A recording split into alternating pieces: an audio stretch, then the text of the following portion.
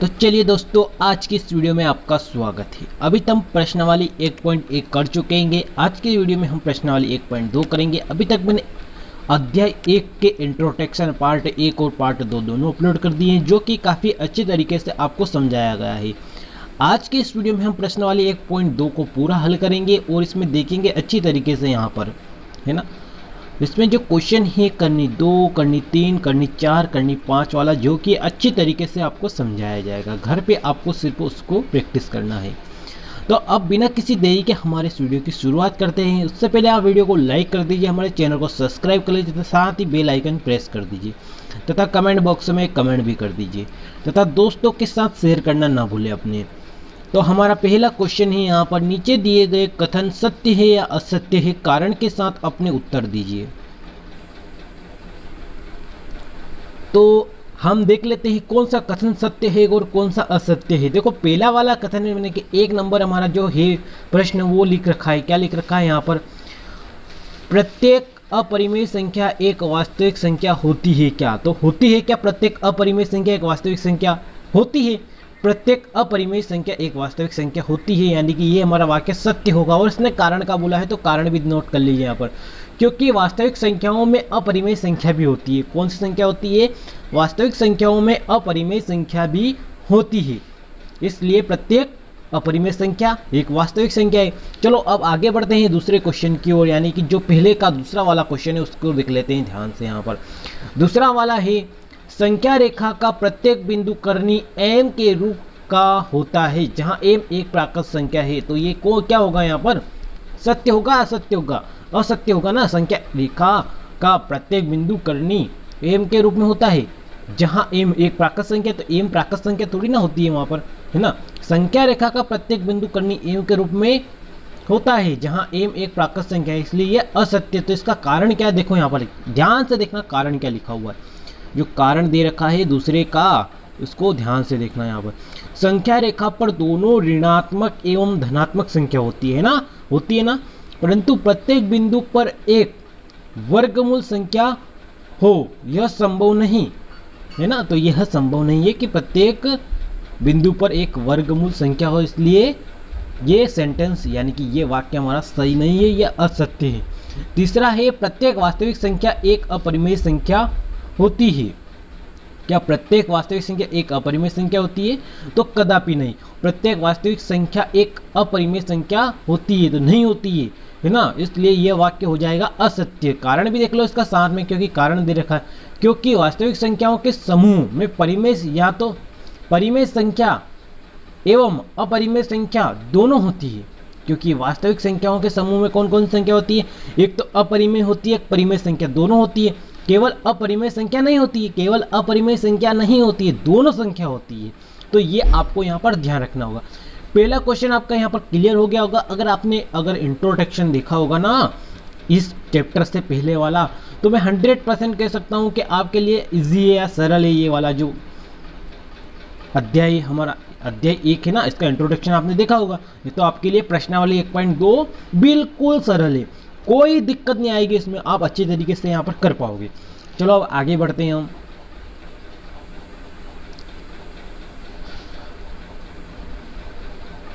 प्रश्न क्रमांक 2 है, क्या सभी धनात्मक पूर्णांक के वर्गमूल अपरिमेय होते हैं? क्या सभी धनात्मक पूर्णांक जो पूर्णांक होते हैं उनके वर्गमूल अपरिमेय होते हैं? यदि नहीं तो एक ऐसी संख्या के वर्गमूल का उदाहरण दीजिए जो एक परिमेय संख्या है। तो यहाँ पर हमको उदाहरण देना है साथ में, तो आप इसको ध्यान से समझिएगा। मैं किस प्रकार से आपको बताना चाहता हूँ कि कौन सी अपरिमेय तथा कौन सी परिमेय संख्या है, आप थोड़ा ध्यान से देखना। यहाँ पर सभी धनात्मक पूर्णांकों के वर्गमूल अपरिमेय नहीं होते हैं। दूसरा वाला क्वेश्चन कर रहे हैं, शुरू कर दिया हमने उत्तर। सभी धनात्मक पूर्णांक के वर्गमूल अपरिमेय नहीं होते हैं। हम धनात्मक पूर्णांक 1, 2, 3, 4, 5, 6, 7, 8 और 9 का उदाहरण लेते हैं। तो देखेगा आप, उदाहरण मैंने जो लिया है करनी 1 है ना। तो करनी 1 में 1 गुणित 1 होता है। क्या होता है? 1 गुणित 1 होता है। तो यहाँ से 1 बाहर आ जाता है ना, ऐसा ही तो होगा। तो ये हमारा कौन सा हो गया? परिमेय हो गया। कौन सा हो गया? परिमेय हो गया। चलो अब आगे बढ़ते हैं, सभी को देख लेते हैं। ये हो गया हमारा परिमेय। दूसरा है करनी के अंदर 2। इसके गुणनखंड नहीं हो सकते क्योंकि यह एक प्राइम नंबर यानी कि अभाज्य संख्या है, यानी कि इसको हम टुकड़ों में नहीं लिख सकते हैं, नहीं लिख सकते। 2 के गुणा में 1 आएगा तो ये तो बना ही नहीं, जोड़ा तो बना ही नहीं ना। 2 गुणित 2 करेंगे तो 4 हो जाएगा, 1 गुणित 1 करेंगे तो 1 आएगा, इसलिए यह नहीं है हमारा, इसलिए इसको बोलेंगे हम अपरिमेय। कौन सा संख्या बोलेंगे? अपरिमेय संख्या बोलेंगे। इसी प्रकार से कर्णी 3 भी हो जाएगा, यानी कि कर्णी 3 को भी हम इसके गुणनखंड के रूप में नहीं लिख सकते। 3 गुणित 1 कर सकते हैं, 3 गुणित 2 करेंगे तो ये 3 दूना 6 हो जाएगा, 3 गुणित 3 करेंगे 3 तिया 9 हो जाएगा, इस प्रकार से, है ना। और हमको यहाँ पर सिर्फ क्या चाहिए? 3 चाहिए, तो यहाँ पर 3 तिया 9 हो जाएगा। तो ये बिल्कुल सत्य नहीं, इसके यहाँ पर जोड़े सही 60 से नहीं बन रहे हैं, इसलिए यह एक कौन सी संख्या है? अपरिमेय संख्या है। कौन सी संख्या है? अपरिमेय संख्या है। अब देखेंगे हम √4 जो कि एक परिमेय संख्या है। कौन सी? √4 एक परिमेय संख्या है, यानी कि जो कर्णी 4 संख्या है ना हमारी, कर्णी के अंदर 4, तो इसको देखेंगे तो 2 गुणित 2, तो यहाँ पर क्या आ जाएगा हमारा? एक जोड़ा बनेगा और एक 2 बाहर आ जाएगा।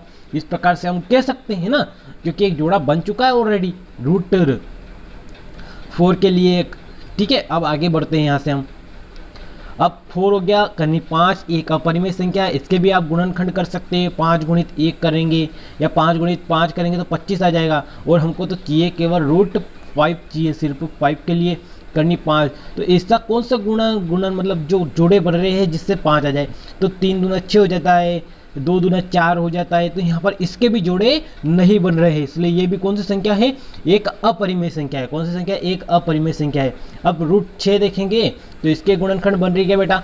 नहीं बन रहे, बिल्कुल इसके भी गुणनखंड नहीं बन रहे, इसलिए यह अपरिमेय संख्या है। कहने का मतलब है जिसके जोड़े बन जाते हैं यहाँ सेम संख्या आ जाती है, यानी कि जैसे 36 6 है, लेकिन इसकी जगह 36 होता है अगर यहाँ पर, तो 6 गुणित 6 कर सकते थे और एक 6 बाहर आ सकता था हमारा, तो 6 36 तो एक 6 बाहर आ सकता, तो ये हमारी कौन सी संख्या हो जाती?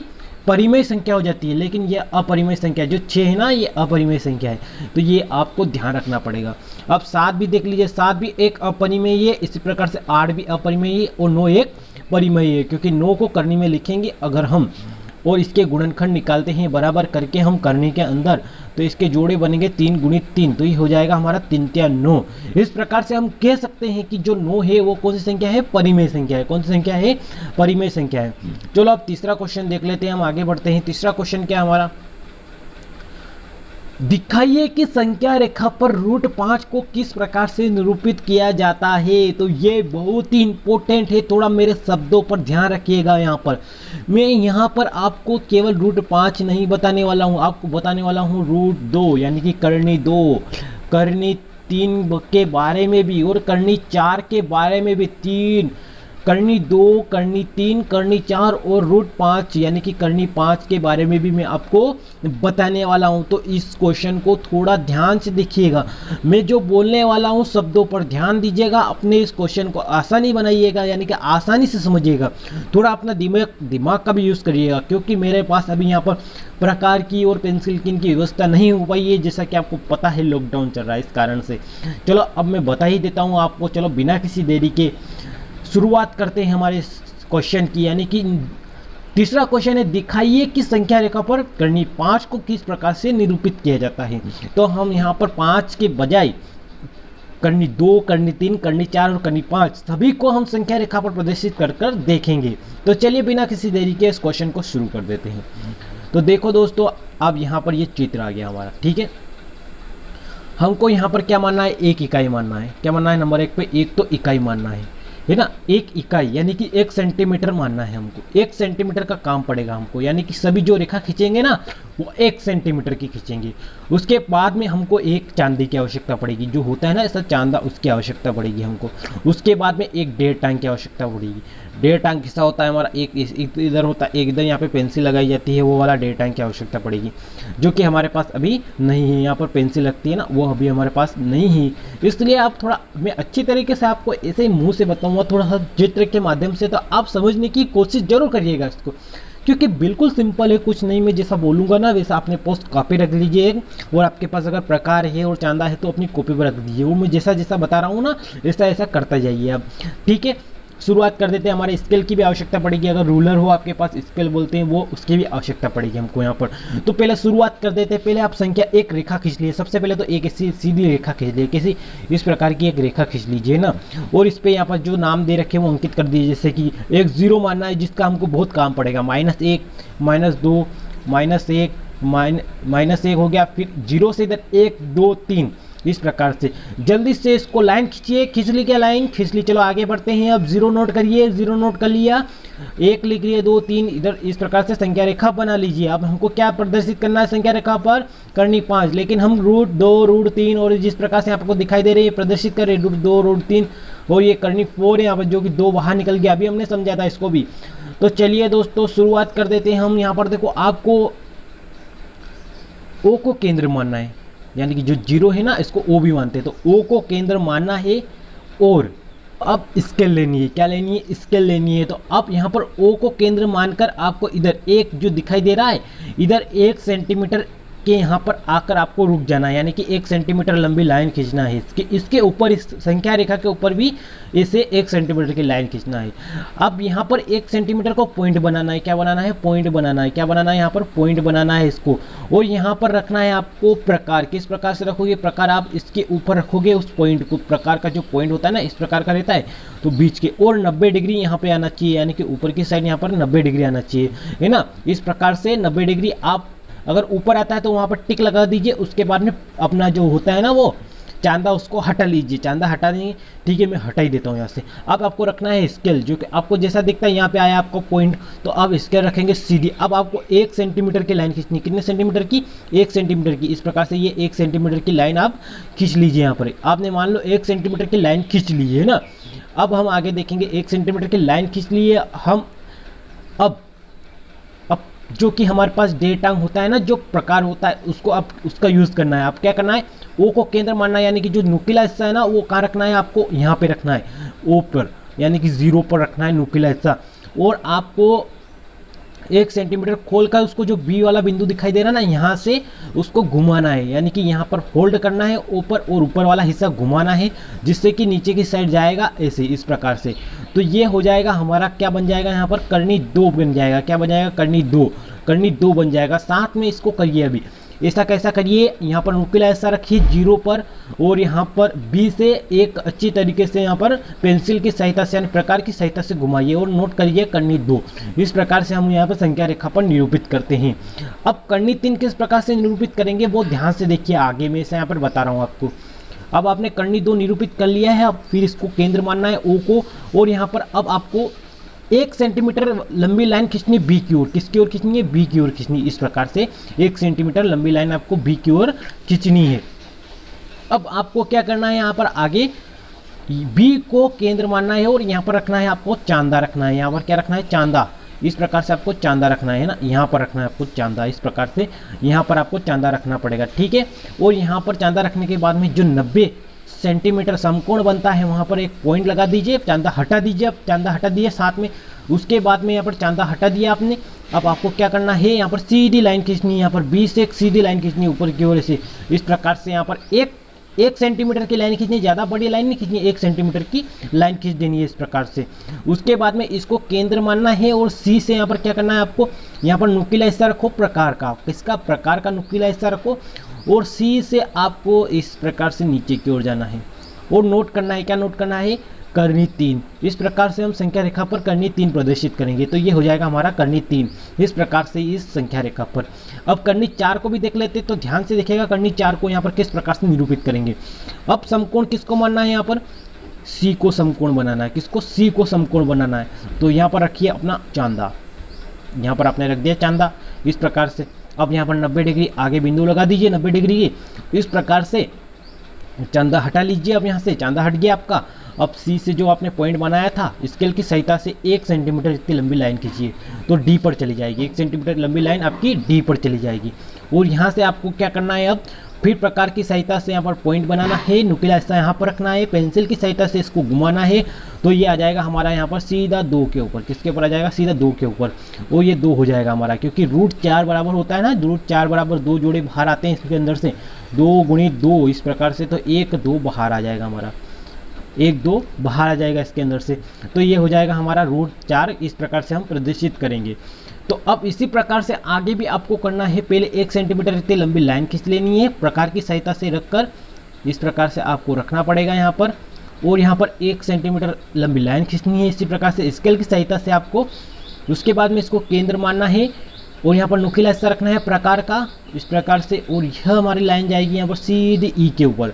किसके ऊपर चली जाएगी? ई के ऊपर, और यहाँ पर हो जाएगा √5। इस प्रकार से हम कर्णी 5 को प्रदर्शित करेंगे, √5 को इस प्रकार से हम प्रदर्शित कर देंगे।